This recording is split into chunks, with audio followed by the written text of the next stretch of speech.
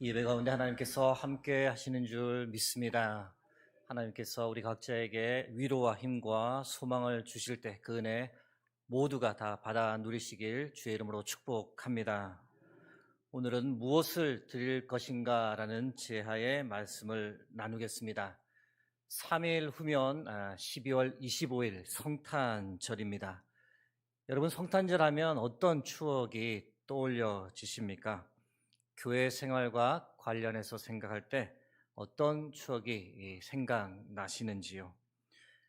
교회마다 성탄절을 보내는 방식이 다양한데 제가 출석했던 교회에서는 크리스마스 이브 때 항상 핸델의 메시아 공연을 했더랬습니다. 그래서 고등부 때, 청년부 때 저도 함께 했는데 베이스 단원 중 한 명이었습니다. 보통 11월 중순부터 연습을 시작했으니 크리스마스 이브까지 한 달 반 정도를 정말 열심히 연습하고 공연했는데요. 여러분 웃자고 드리는 말씀인데 그렇게 몇 년간 매해마다 핸델의 메시아를 연습하다 보면 그때 하나님의 크신 은혜를 받고 제가 그때 목이 뻥 뚫리면서 득음을 하였던 겁니다. 그때부터 찬양 실력이 부쩍 늘었습니다.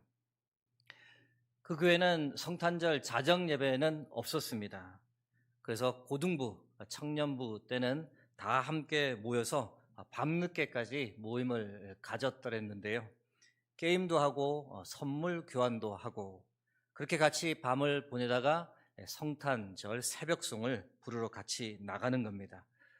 지금 생각해 보면 성탄절 새벽송은 주로 세 곡을 계속 번갈아 불렀던 것 같습니다. 어떤 곡일지 짐작이 가십니까? 고요한 밤, 거룩한 밤, 저들 밖에 한밤중에, 그리고 또 하나 기쁘다 구주 오셨네. 요 세 곡을 돌려막는 거죠. 성탄절 새벽송 돌 때 우리를 가장 반겨주었던 것은 그 당시 동네 멍멍이들이었습니다. 마음을 같이 해서 전적으로 같이 지져주었던 아주 고마운 존재들이죠.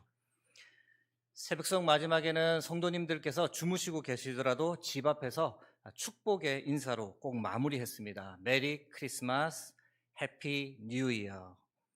인사가 나온 김에 앞뒤 좌우에 앉아 계신 분들하고 우리 인사를 한번 나누면 어떨까요? 메리 크리스마스, 해피 뉴 이어.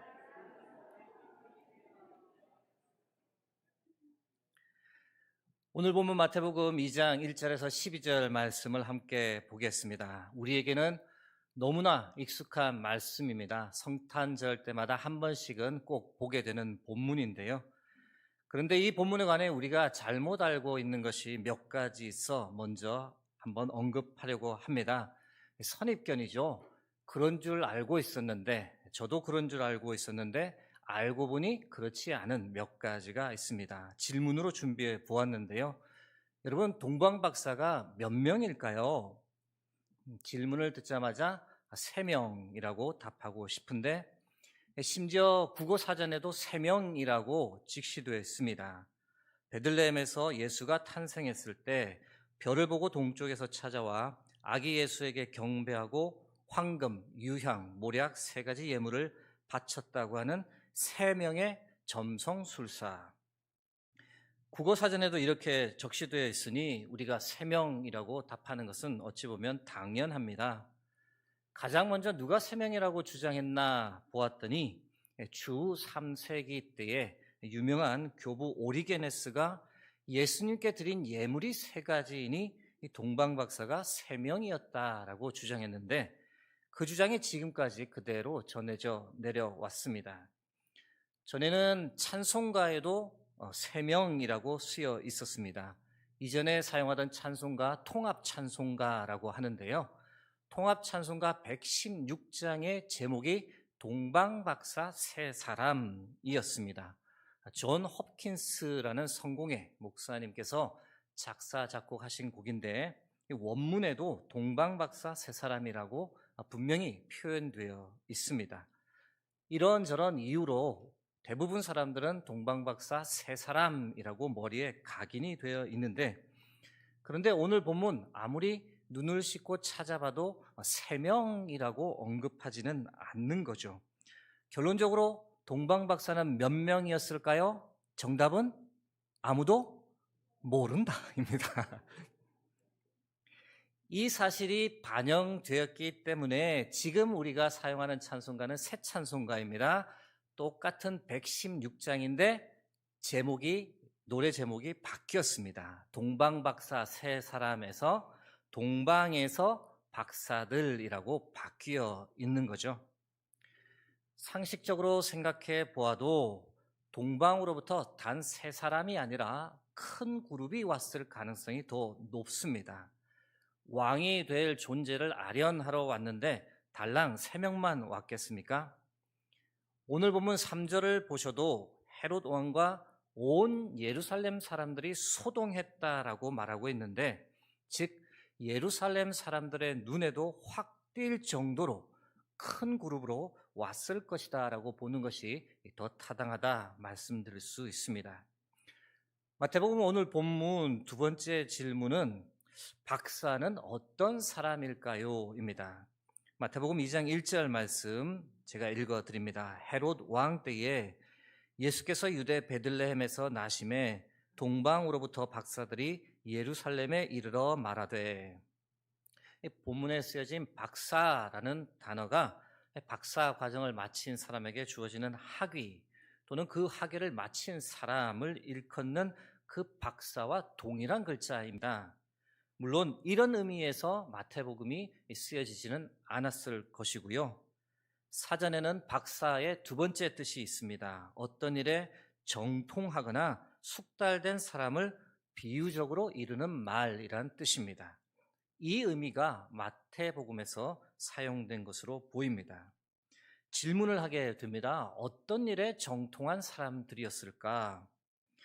헬라어 원문을 보니 박사에 해당되는 단어는 마고스입니다.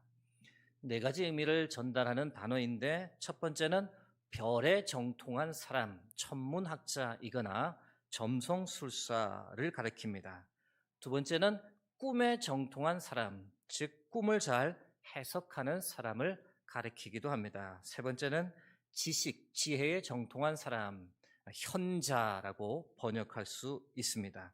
마지막 4번째는 트릭에 정통한 사람, 즉 마술사를 가리키기도 합니다. 흥미로운 것은 이 마고스라고 불리는 민족이 오래전에 있었습니다. 그리스 역사가인 헤로도토스는 기원전 5세기에 역사라는 책을 저술했는데, 그 책에 마고스 민족에 관해 언급합니다. 마고스는 꿈을 해석하는 특별한 능력을 가진 사제 계급이며 왕의 꿈을 해몽해 주었다, 이렇게 기록되어 있습니다. 오늘 마태복음 본문을 볼 때, 그리고 헤로도토스의 역사라는 책, 이 2가지 내용을 볼 때 동방에서 온 박사는 꿈을 잘 해석하는 해석자들이거나 하늘의 별을 관측해서 예측하는 천문학자 겸 점성술사일 가능성이 높다라고 말씀드릴 수 있습니다. 오늘 본문 3번째 질문은 황금, 유향, 모략, 이 3가지 선물의 의미는 무엇일까요? 마태복음 2장 11절 말씀입니다. 집에 들어가 아기와 그의 어머니 마리아와 함께 있는 것을 보고 엎드려 아기께 경배하고 보배합을 열어 황금과 유향과 모략을 예물로 드리니라. 대체적으로 황금은 왕적 존재를, 유향은 제사장적 신분을, 모략은 십자가 죽음을 의미한다라고 봅니다. 예수님의 생애 전체를 본다면 이 해석은 틀린 말이 아닙니다. 맞는 해석입니다. 그러나 동방박사의 입장에서 생각해 보면 아기 예수님이 십자가 죽음을 당할 것을 전혀 예측하지 못했던 동방박사의 입장에서 보면 조금 다르게 해석할 수 있습니다. 가장 비싸고 귀한 3가지 예물을 드리면서 동방박사들은 이런 왕이 되소서라는 바람을 이 예물 하나하나에 표현하고 있다라고 볼 수 있습니다. 황금은 변하지 않는 물질이기에 변함없이 하늘과 땅을 다스리는 왕이 되소서라는 바람을 담은 것이 황금입니다.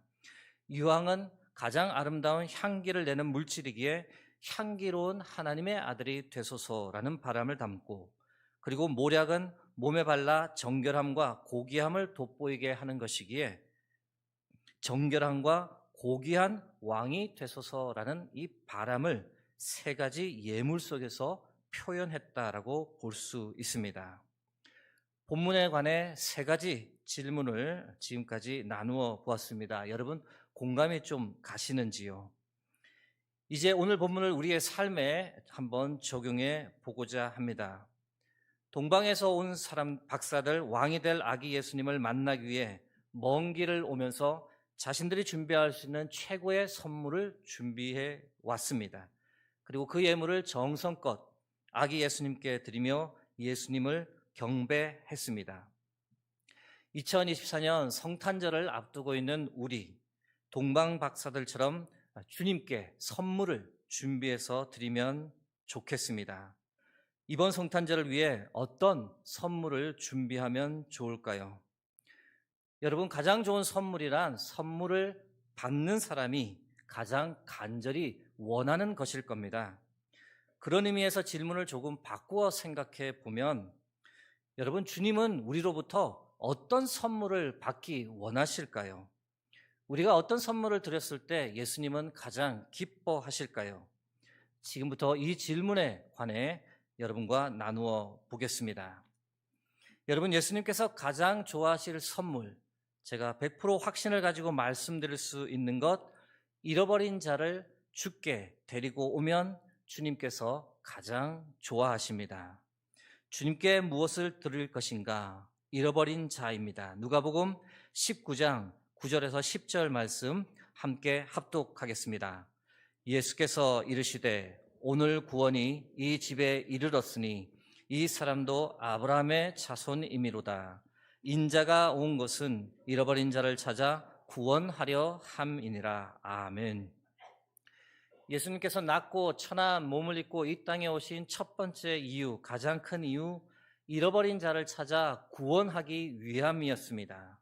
이 목적을 위해 세상에 오셨고 이 목적만을 생각하시며 이 땅에서 사셨습니다.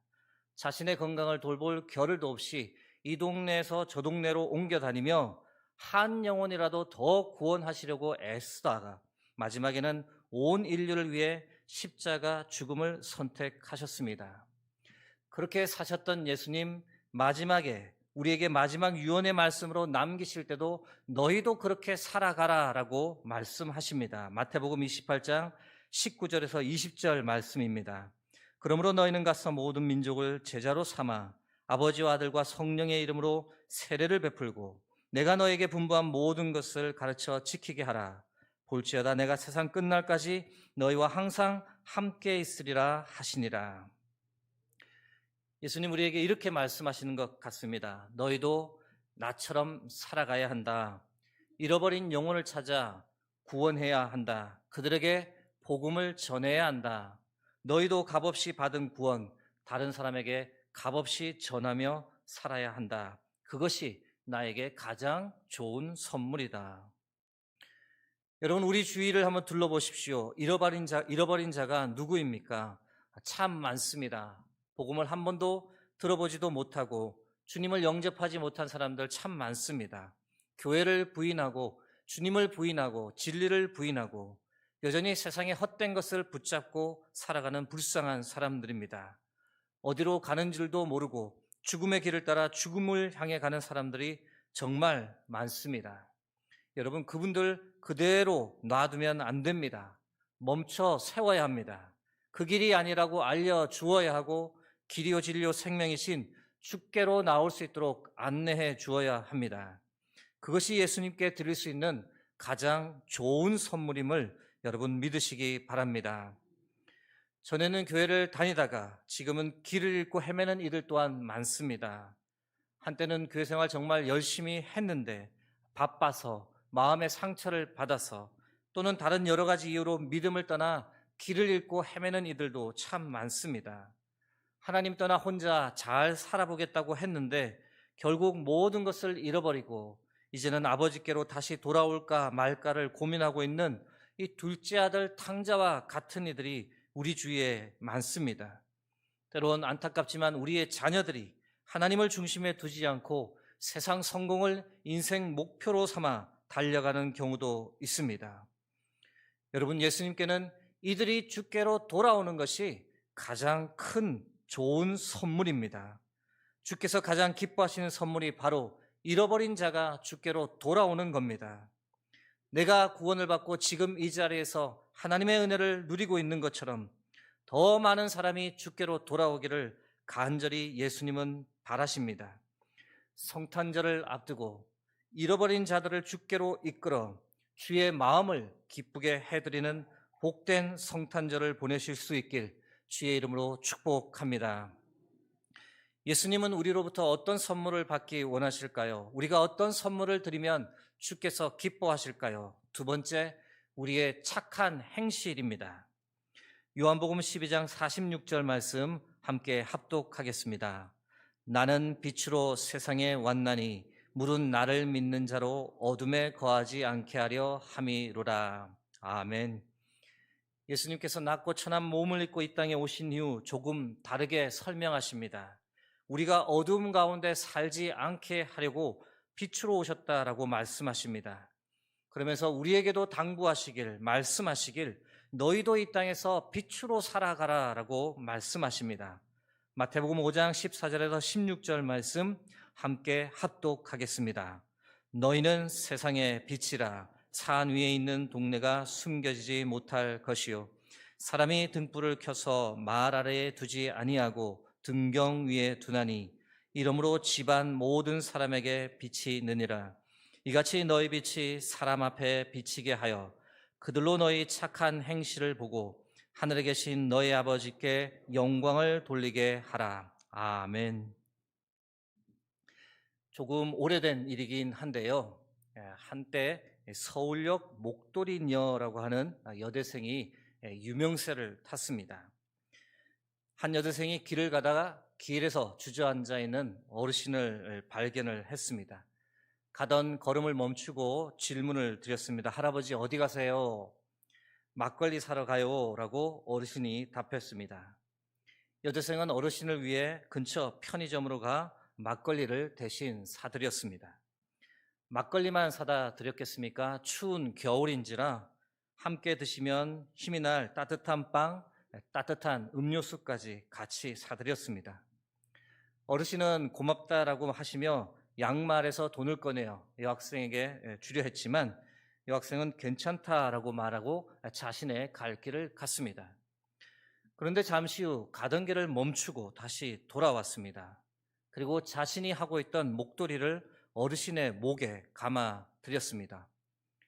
이 장면이 지나가던 한 사람의 사진에 담겨 인터넷에 올라왔는데 화제가 되었고 후에는 서울역 목도리녀라는 제목의 기사로 신문에까지 나왔더랬습니다.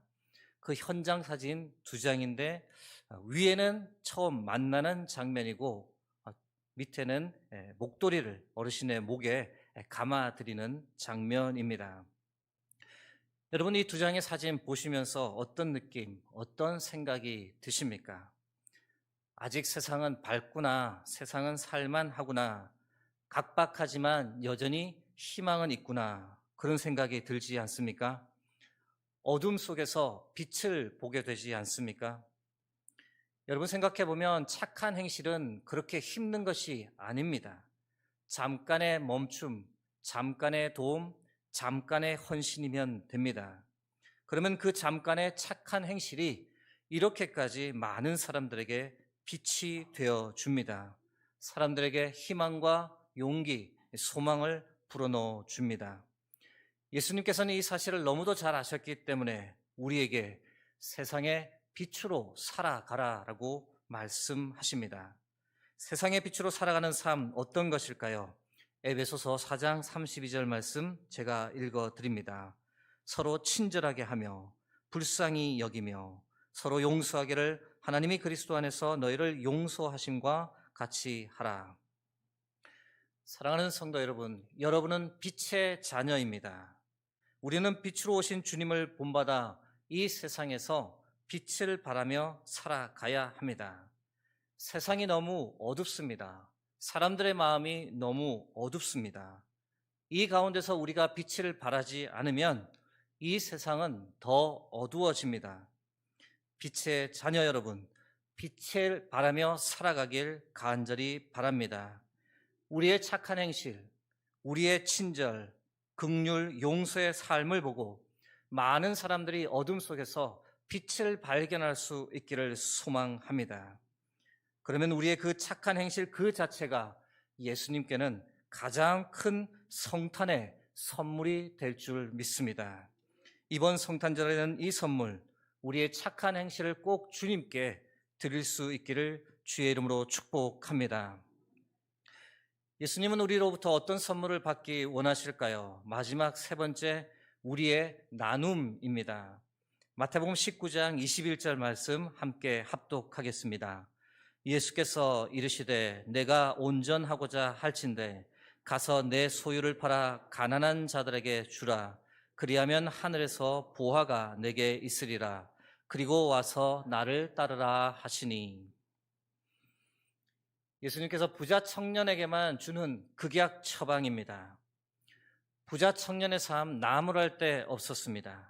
남에게 피해 주지 않았고 참 바른 삶을 살았습니다. 그런데 예수님께서 그 청년의 삶을 가만히 들여다보니 한 가지 부분에서 너무 약했던 겁니다. 나누며 살지를 못하는 거죠. 부자였습니다. 먹고 살기에 충분했습니다. 나누며 살아도 전혀 지장이 없는데 자신의 재물에 과한 집착을 가졌고 전혀 나누지 못했습니다. 꽉 쥐고 살았던 겁니다. 예수님께서 그 모습을 너무 안타깝게 보셨습니다. 그렇게 계속 살면 그의 마지막이 너무 불행으로 끝날 것 같아 그렇게 살아서는 안 된다라고 아주 강하게 말씀하신 겁니다.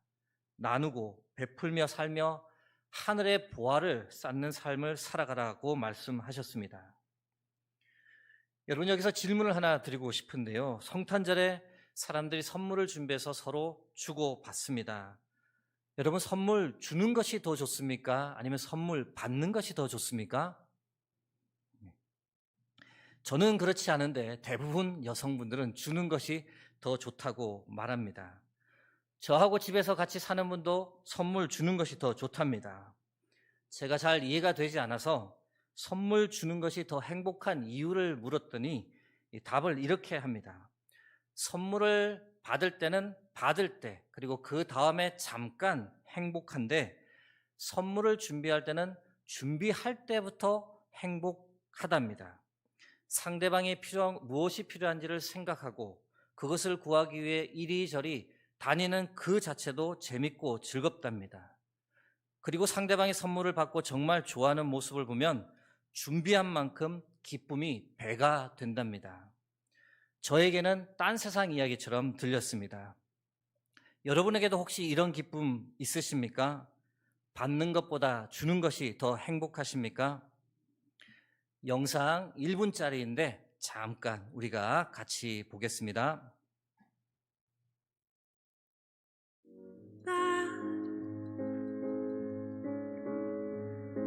So for once in my life, let my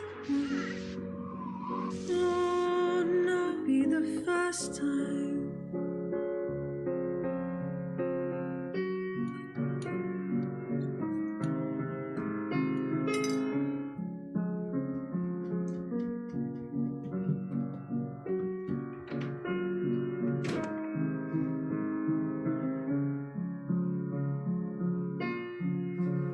So please, please, please let me get what I want.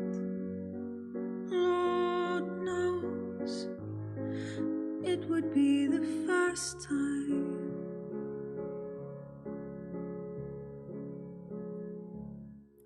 영상의 마지막에 선물, 주고 싶어 참을 수 없는 것이라고 쓰여 있었습니다. 이 아이가 크리스마스를 왜 기다리고 있는지 이해가 되셨습니까?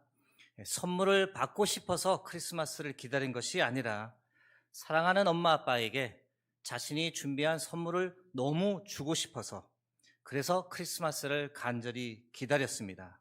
이 마지막 반전에서 참 감동이 있는데요. 크리스마스 때 선물을 주는 풍습이 동방박사 이야기 때문에 시작되었습니다. 지금은 성탄절 때 주로 가족끼리, 친족끼리, 연인끼리 선물을 주고 받는데 원래는 그렇지 않았습니다. 주 4세기 살았던 성 니콜라스 이야기를 이 성탄절에 빼놓을 수 없는데요. 유복한 집안에서 태어났습니다. 그러나 안타깝게 부모님께서 일찍 돌아가셨습니다. 막대한 유산을 받게 되었는데 정말 오늘 예수님의 말씀처럼 그대로 실천했습니다. 그 유산을 다 팔아 가난한 자들에게 다 나누어 주었습니다. 후에는 가난한 이들을 위해 더 많은 자선 활동을 하고 싶어 기독교를 받아들이고 사제가 되었습니다. 주교가 되었을 때는 사회적 약자를 돌보는 일을 더 크게 하려고 그렇게 감당하다 보니 주위에 있는 동료, 성직자들이 끼니를 걸을 때가 한두 번이 아니었답니다. 성 니콜라스가 바로 산타크로스의 기원이 되는 분입니다. 여러분, 이번 성탄절에는 나누며 살 수 있기를 바랍니다. 우리의 나눔이 가족의 범위를 넘어서 행해질 수 있기를 소망합니다. 추운 겨울을 힘겹게 보내야 하는 우리의 가난한 이웃에게 나누고 섬길 때 그것이 주님 보시기에는 가장 좋은 선물이기에 나누며 살아가는 저와 여러분이 되길 주의 이름으로 축복합니다. 말씀을 맺고자 합니다.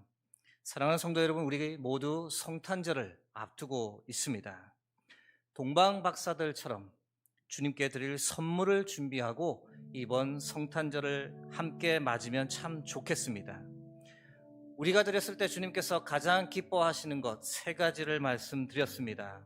첫 번째, 잃어버린 자를 주께로 데려오는 것. 두 번째, 우리의 착한 행실. 세 번째, 그리고 우리의 나눔. 이렇게 3가지입니다. 이 3가지를 이번 성탄절에 다 준비하지는 못할지라도 그 중에 하나만이라도 꼭 준비하고 이번 성탄절을 맞이했으면 좋겠습니다. 그래서 주님을 기쁘시게 할 뿐 아니라 우리 마음 가운데 큰 은혜와 하늘의 평안을 만끽하는 복된 성탄절을 우리 모두가 다 보내실 수 있길 주의 이름으로 축복합니다. 함께 찬양하고 기도하겠습니다. 행복 찬양하겠습니다.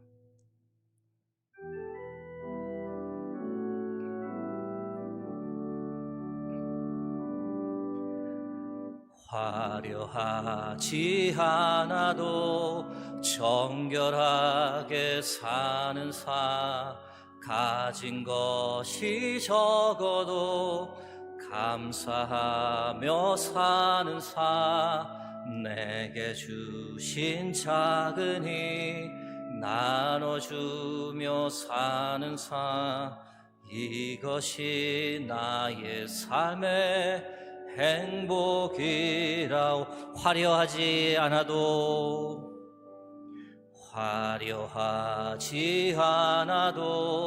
정결하게 사는 삶, 가진 것이 적어도 감사하며 사는 삶, 내게 주신 작은 힘 나눠주며 사는 삶, 이것이 나의 삶의 행복이라오. 이것이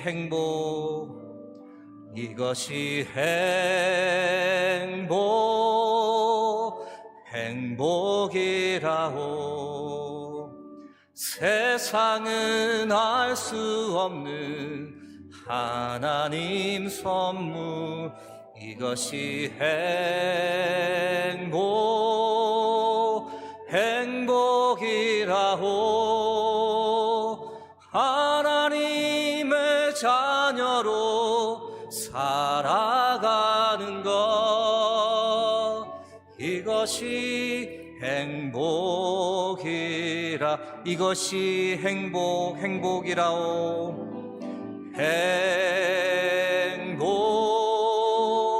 행복이라오. 세상은 알 수 없는 하나님 선물, 이것이 행복이라오. 하나님의 자녀로 살아가는 것, 이것이 행복이라오.